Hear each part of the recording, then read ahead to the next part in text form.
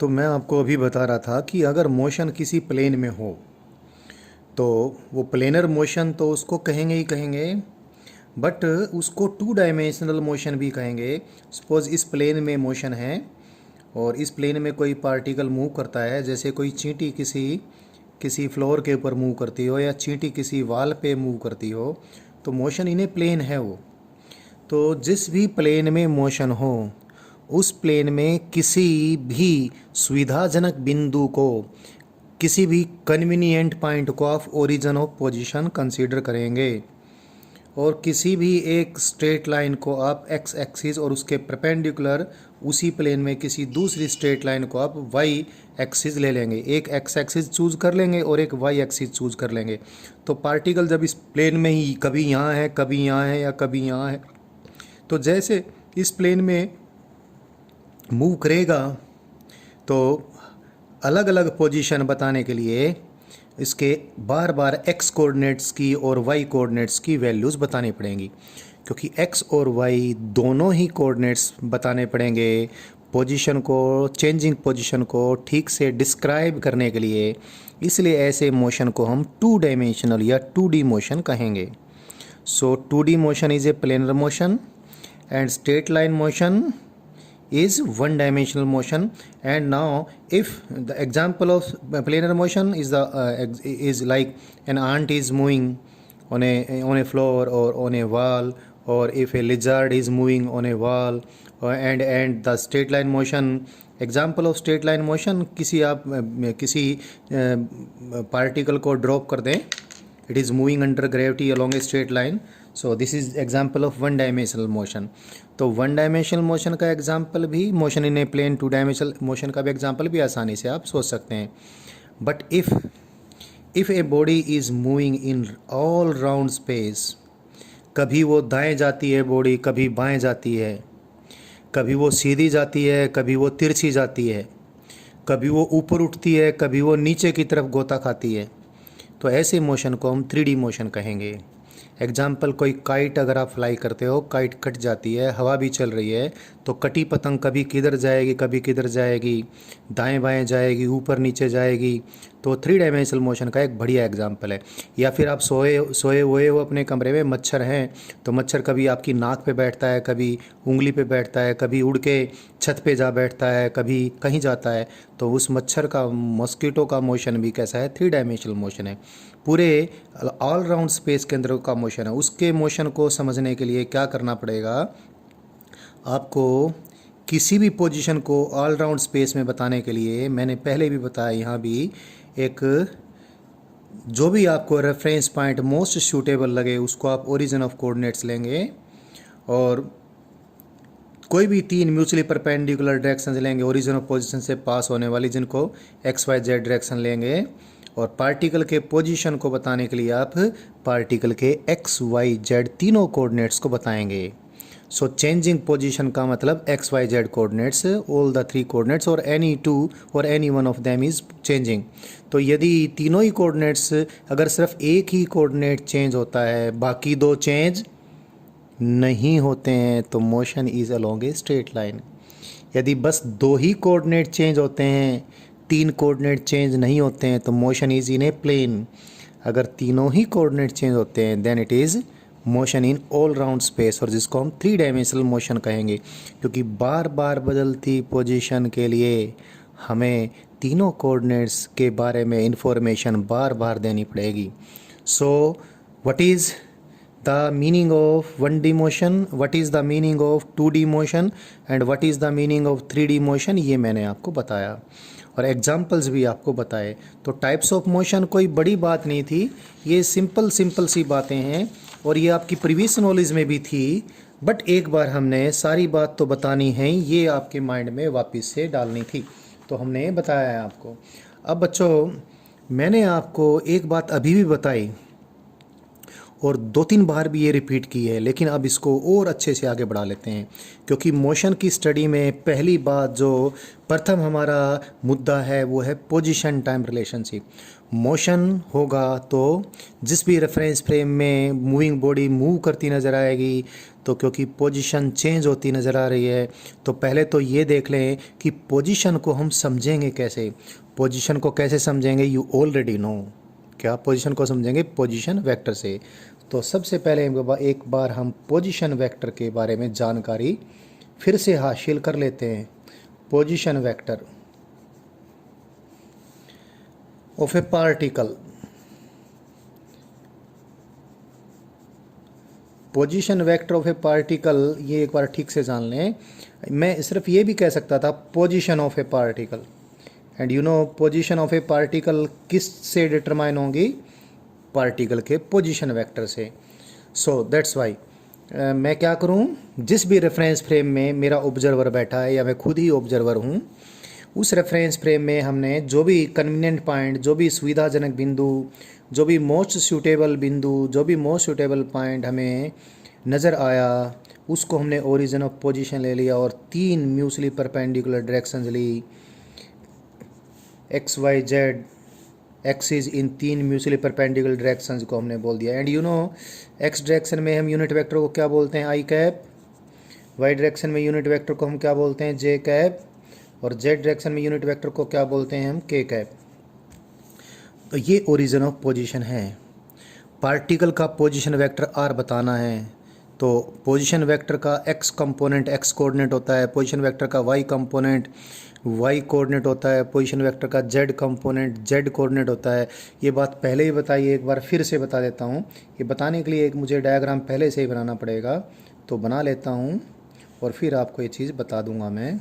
ये position vector है, suppose किसी पार्टिकल का, ये ओरिजिन है 0 0 0, ये पोजीशन वेक्टर है। पोजीशन वेक्टर का सिंबल हम पहले आपको बताएं, आर वेक्टर से इसको डिनोट करते हैं। अभी आपको मैं क्लियर कर दूंगा कि मैं डायग्राम क्यों बना रहा हूं, अभी आपको ये चीज़ स्पष्ट हो जाएगी। सो लिसन, ये पार्टिकल यहाँ पर है, इस जगह के इस पोजीशन के X Y Z coordinate X Y Z हैं। इसका मीनिंग क्या है? इसका मीनिंग है ये पार्टिकल यहाँ से यानी ओरिजिन से एक्स डायरेक्शन में इतनी दूर है, इतनी दूर, यानी ये डिस्टेंस कितना है? एक्स है एक्स डायरेक्शन में, और वाई डायरेक्शन यानी यहाँ से ऊपर कितना है? इतनी दूर। ये वाई है, ये कह लें, चाहे ये कह लें, यहाँ से यहाँ तक। और फिर जेड डायरेक्शन में यहाँ से इतना आया, तो ये और ये एक ही बात है। क्योंकि 3D डायग्राम है, ये 2D प्लेन है, ये प्लेनर स्पेस के अंदर 3D डायग्राम बनाते हैं, तो देखने में कुछ असुविधा तो आपको हो ही सकती है, बट इतना इमेजिनेशन आपका होगा ही। This is Z and this is also Z. So ये पार्टिकल यहाँ पर है, इसका मतलब एक्स डायरेक्शन में तो इतना दूर है, जिसको एक्स कोऑर्डिनेट बोलेंगे। वाई डायरेक्शन में इतना दूर है, तो इसको वाई कोऑर्डिनेट बोलेंगे। और ये जेड डायरेक्शन में ओरिजिन से इतना दूर है, जिसको जेड कोऑर्डिनेट बोलेंगे। और ये पोजीशन वेक्टर का एक्स कंपोनेंट तो खुद एक्स कोऑर्डिनेट, वाई कंपोनेंट खुद वाई कोऑर्डिनेट, जेड कंपोनेंट खुद जेड कोऑर्डिनेट। तो पोजीशन वेक्टर को हम इसके कार्टेशियन कंपोनेंट्स में कैसे लिखेंगे? एक्स आई कैप प्लस वाई जे कैप प्लस जेड के cap. So this is about the position. This if we know this vector, that is position vector, we know the position of the particle, and the position is changing means position vector is changing. पहले भी बता दिया मैंने अभी, अब फिर बता देता हूँ। पोजीशन चेंज होने के लिए या तो सिर्फ एक्स वाई जेड 3 कोऑर्डिनेट्स में कोई भी एक कोऑर्डिनेट चेंज हो तो मोशन कैसा है? Straight line motion. या कोई भी 2 कोऑर्डिनेट चेंज हो, तीसरा चेंज ना हो, तो मोशन कैसा है? 2 डायमेंशनल मोशन या मोशन इन ए प्लेन। अगर तीनों ही कोऑर्डिनेट चेंज होते हैं तो कैसा मोशन है? 3 dimensional motion, all round space के अंदर मोशन है। अभी पोजीशन ऑफ ए पार्टिकल के बारे में हमने जानकारी हासिल कर ली है। पोजीशन टाइम रिलेशनशिप का मायना क्या? एक्स टी रिलेशनशिप, यानी एक्स कोऑर्डिनेट टाइम के साथ कैसे चेंज होगा। Y T relationship, R T relationship यानी पोजीशन वेक्टर टाइम के साथ कैसे चेंज होता है, इस बात की जानने का मायना है X T relationship, Y T relationship, Z T relationship. ये ना समझना आप अभी बच्चे हैं कि ये मैंने आर को टी से मल्टीप्लाई कर दिया, एक्स को टी से मल्टीप्लाई कर दिया।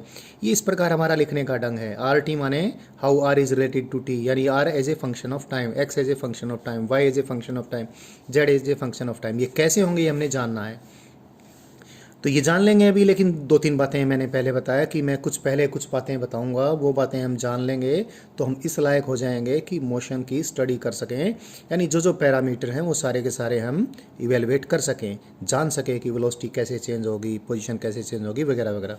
तो अगली बात जो एक बार जान लें वो है अबाउट डिस्प्लेसमेंट।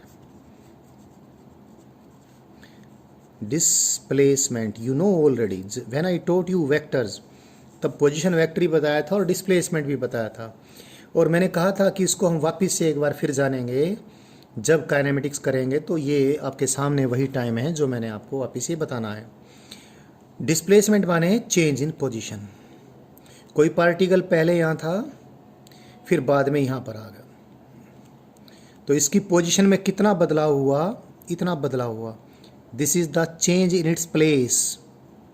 स्थान में परिवर्तन, विस्थापन जिसको हिंदी में बोलते हैं। चेंज इन प्लेस को डिस्प्लेसमेंट अंग्रेजी में बोलते हैं। Change in position is simply displacement. ये इसकी इनिशियल पोजीशन थी, ये इसकी फाइनल पोजीशन थी। इनिशियल पोजीशन को ए बोल दूं तो फाइनल पोजीशन को मैं बी बोल देता हूँ। डिस्प्लेसमेंट को सिर्फ इतना नहीं, अभी हमने कुछ चीज़ें और भी जाननी है। तो सपोज ये ओरिजिन ऑफ पोजीशन है बच्चों, ये ओरिजिन ऑफ, मैं एक्स वाई जेड एक्सिस भी बना लेता हूँ। Say I this I take this as X direction, this as y direction, this as z direction, x y z, and initially the particle had been here, so it had been the initial position vector of the particle, जिसको मैं r1 vector कहूँ, initial position vector, and it moved from a to b and it took this path. Say the path of the particle while it moved from a to b was this.